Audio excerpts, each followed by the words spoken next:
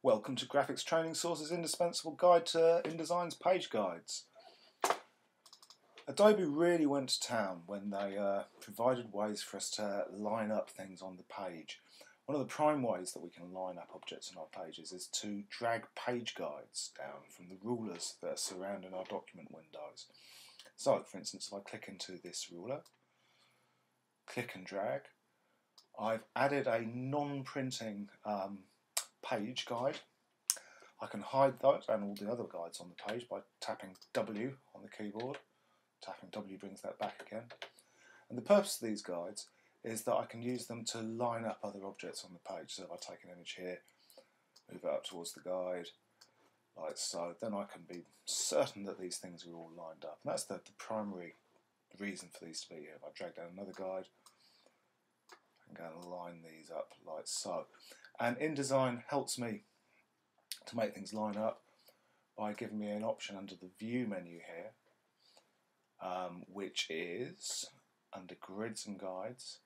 We have Snap to Guides, and that means when I go and drag an object towards a guide, like so, when it gets close to it, InDesign's going to make sure that that object's sitting exactly along that line. So the guides are a very useful thing indeed.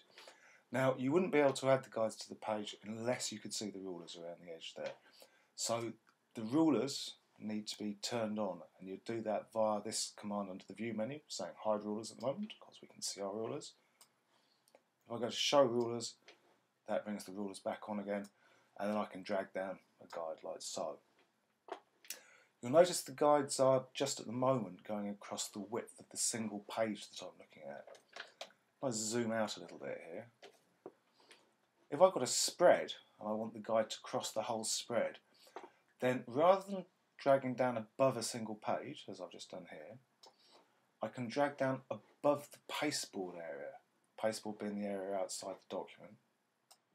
If I drag down now, you can see I can drag down what they call a spread guide, which is going right across the document, like so. Now I can also select guides using the selection tool here, and once they're selected I can go and see their coordinates on the page up here, and I can go and alter them. So if I'd meant that to be at 400 rather than 402, I can just go and put that in, and I can rest assured that that is exactly at 400 points down. I can also select multiple guides by clicking on first one, and then I hold the Shift key down and click on the second guide. Then I can move those two guides simultaneously. Indeed, I can do that with three guides as well. And I could use that for numerous reasons. I could delete all the guides in one go using the backspace key. Just going to want to do that. Or I could copy the guides to another page. So I go and paste now. Let's go and paste those guides across. Or if I've got guides selected and I want to make sure there are equal distances between them, I can select numerous guides, and then if I come up to this option up here, I can go and say that I want to set a regular amount of spacing. So if I wanted to make sure there was 10 mils between each of those, I could do that. And then I need to go and say how I want it to deal with that. So I'm going to say distribute the vertical centers, and you can see that's gone and put the extra spacing in there. Should I not like the colour of my guides? I can go to the Layout menu where we have the Ruler Guides options.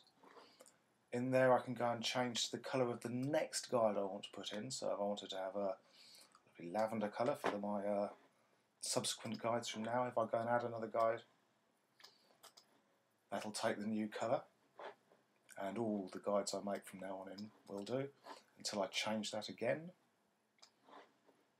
This only persists for this document, so don't worry about making changes which are going to pertain forever, but we can go and put different coloured guides in, as you can see. And we can go and add guides from the rulers by doing various things. The first is that it's possible to just double click on a ruler, and that'll add a guide straight across the page, and that works horizontally or vertically. When you double click, it puts the guide exactly where you double click. So sometimes you're not going to match the units you're trying to measure your page against. If I wanted to make sure that my double click resulted in a guide that was exactly one of the tick marks for the point scale I've got here, if I hold the Shift key down on the keyboard, double click there, that makes sure that it aligns exactly with the nearest mark on the ruler you've put there. And incidentally, you can change the measurement systems these rulers are using with a simple right click in the ruler, and that will allow you to go and choose and change between millimeters or points or whatever system you want to be using there.